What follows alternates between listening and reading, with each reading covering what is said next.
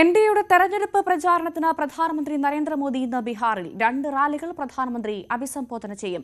തേജസ്വി മുഖ്യമന്ത്രി സ്ഥാനാർത്ഥിയാണെന്ന ഔദ്യോഗിക പ്രഖ്യാപനം വന്നതോടെ എൻഡിഎ നിതീഷിനെ പ്രഖ്യാപിക്കുമോ എന്ന് ഉറ്റുനോക്കുകയാണ് ബീഹാർ രാഷ്ട്രീയം.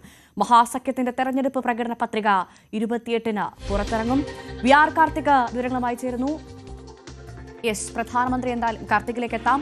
പ്രധാനമന്ത്രി ഇന്ന് ബീഹാറിലേക്ക് എത്തുകയാണ്. എൻഡിയുടെ തെരഞ്ഞെടുപ്പ് പ്രചാരണത്തിന് പ്രധാനമന്ത്രി കൂടി എത്തുമ്പോൾ തെരഞ്ഞെടുപ്പ് പ്രചാരണം BJPയുടെ തെരഞ്ഞെടുപ്പ് പ്രചാരണം അത് ചൂടുപിടിക്കുന്നു എന്ന കാര്യത്തിൽ സംശയമില്ല.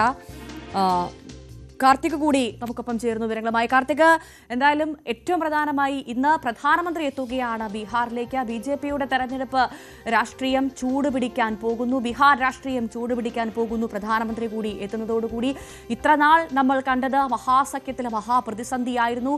എന്തായാലും തേജസ്വിയെ മുഖ്യമന്ത്രിയായി പ്രഖ്യാപിച്ചൊരു ഗുരുവൈക്ക് അവർ അത് ഒരു തരത്തിൽ ഒതുക്കി വെച്ചിരിക്കുകയാണ്. ഇപ്പോൾ ഇനിയുള്ള പ്രതിസന്ധി എന്ന് പറയുന്നത് പ്രധാനമായും ഈ RJD അടക്കം ചോദിക്കുന്നത് എപ്പോഴത്തേക്ക് NDAയുടെ മുഖ്യമന്ത്രി സ്ഥാനാർത്ഥിയെ പ്രഖ്യാപിക്കും എന്നുള്ളതാണ്, നിതീഷിനെ പ്രഖ്യാപിക്കുമോ എന്നുള്ളതാണ്. ഇന്നത്തെ ആകാംക്ഷയും അതുതന്നെയാണ്. പ്രധാനമന്ത്രി എത്തുന്നത് അതിനായിരിക്കാമോ?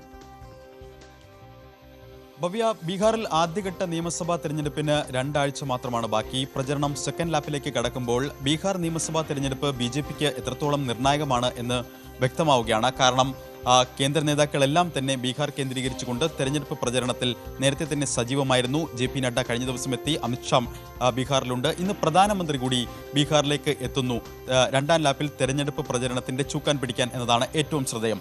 ഇന്ന് സമസ്തിപൂരിലും അതോടൊപ്പം തന്നെ ബഹുസറായി ഇവിടങ്ങളിൽ 2 റാലികളെയാണ് പ്രധാനമന്ത്രി നരേന്ദ്രമോദി അഭിസംബോധന ചെയ്യുക. സമസ്തിപൂരിൽ കർപ്പൂരി ഠാക്കൂറിന് ആദരമർപ്പിച്ചായിരിക്കും തുടക്കം എന്നതാണ് ഏറ്റവും ശ്രദ്ധേയം.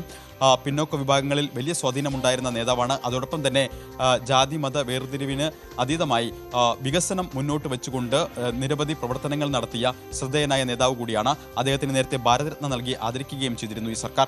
അപ്പോൾ അദ്ദേഹത്തിന്റെ ഓർമ്മകൾക്ക് മുന്നിൽ ആദരാഞ്ജലി അർപ്പിച്ചുകൊണ്ടാണ് ഇന്ന് തുടക്കം സമസ്തിപൂരിൽ നിന്ന് മോദി തുടങ്ങുന്നത് എന്നതാണ് ഏറ്റവും ശ്രദ്ധേയം. സ്വാഭാവികമായും പിന്നോക്ക വോട്ടുകൾ തന്നെയാണ് ലക്ഷ്യമിടുന്നത് എന്ന് വ്യക്തമാക്കുന്നത് കൂടിയാണ് കർപ്പൂരി ഠാക്കൂറിന് ആദരമർപ്പിച്ചുകൊണ്ടുള്ള തുടക്കത്തിൽ നിന്ന് വ്യക്തമാകുന്നത്. മറ്റൊന്ന് ബഹുസറയിലാണ് 2ാമത്തെ പൊതുതെരഞ്ഞെടുപ്പ് റാലി അദ്ദേഹം അഭിസംബോധന ചെയ്യുക.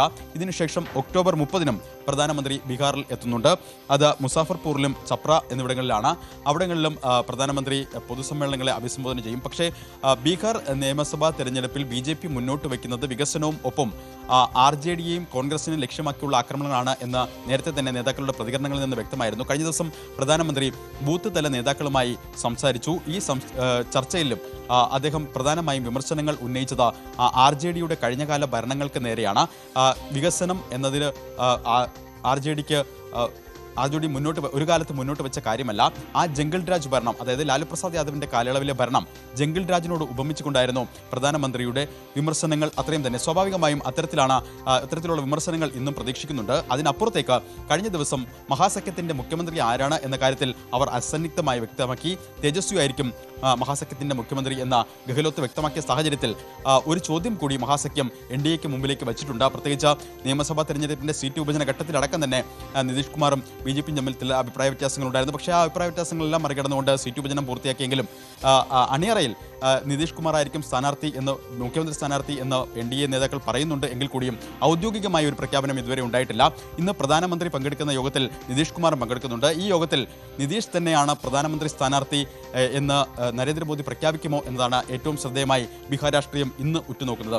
അതോടൊപ്പം തന്നെ എന്ത് തരത്തിൽ ആണ് കടന്നാക്രമണം തുടർന്നുള്ള ദിവസങ്ങളിൽ RJDക്കും അതോടൊപ്പം തന്നെ കോൺഗ്രസിന് നേരെ BJP ഉയർത്തുക എന്നതും അദ്ദേഹത്തിന്റെ തെരഞ്ഞെടുപ്പ് റാലിയിൽ നിന്ന് വ്യക്തമാവും. മറ്റൊന്ന് മഹാസഖ്യത്തിന്റെ കാര്യമാണ്. മഹാസഖ്യം ഛത് പൂജ 27-ന് ബീഹാറിൽ നടക്കുന്ന ഒരു വലിയ ഉത്സവമാണ്. അതിനുശേഷം തെരഞ്ഞെടുപ്പ് രംഗത്ത് കേന്ദ്ര നേതാക്കൾ കൂടുതൽ സജീവമാകും. മഹാസഖ്യത്തിന്റെയും രാഹുൽ ഗാന്ധി, ഖർഗെ അതോടൊപ്പം തന്നെ പ്രിയങ്ക അടക്കമുള്ളവർ മണ്ഡലത്തിൽ സജീവമാകും. ഒരുമിച്ച് തെരഞ്ഞെടുപ്പ് റാലികളെ അഭിസംബോധന ചെയ്യുകയും ചെയ്യും. 28-ന് മഹാസഖ്യത്തിന്റെ തെരഞ്ഞെടുപ്പ് പ്രകടന പത്രിക പുറത്തിറക്കും എന്ന വാർത്തകളും പുറത്തു വരുന്നു. അതിലേറ്റവും ശ്രദ്ധേയം വലിയ വലിയ വാഗ്ദാനങ്ങളാണ് ഇക്കുറി മഹാസഖ്യം മുന്നോട്ട് വെക്കുന്നത് എന്നതാണ്. 200 യൂണിറ്റ് വൈദ്യുതി വരെ സൗജന്യമായി ഒരു പ്രഖ്യാപനം ഉണ്ടായേക്കാം. 500 രൂപയ്ക്ക് ഗ്യാസ് സിലിണ്ടർ, അങ്ങനെ ജനപ്രിയ പ്രഖ്യാപനങ്ങൾ പ്രതീക്ഷിക്കുന്നു മഹാസഖ്യത്തിന്റെ മാനിഫെസ്റ്റോയിൽ. അതോടൊപ്പം തന്നെ എല്ലാ വീടുകളിലും ഒരാൾക്ക് സർക്കാർ ജോലി എന്നടക്കമുള്ള വാഗ്ദാനങ്ങൾ ഒരുപക്ഷെ ഉണ്ടായേക്കാം എന്ന് റിപ്പോർട്ടുകളുണ്ട്. എന്തായാലും തെരഞ്ഞെടുപ്പ് പ്രചരണം ബീഹാറിൽ രണ്ടാം ലാപ്പിലേക്ക് കടക്കുമ്പോൾ അത് കൂടുതൽ വാക്പോരിലും ആരോപണ പ്രത്യാരോപണങ്ങളിലും ശ്രദ്ധ കേന്ദ്രീകരിക്കുകയാണ് ഇപ്പോൾ.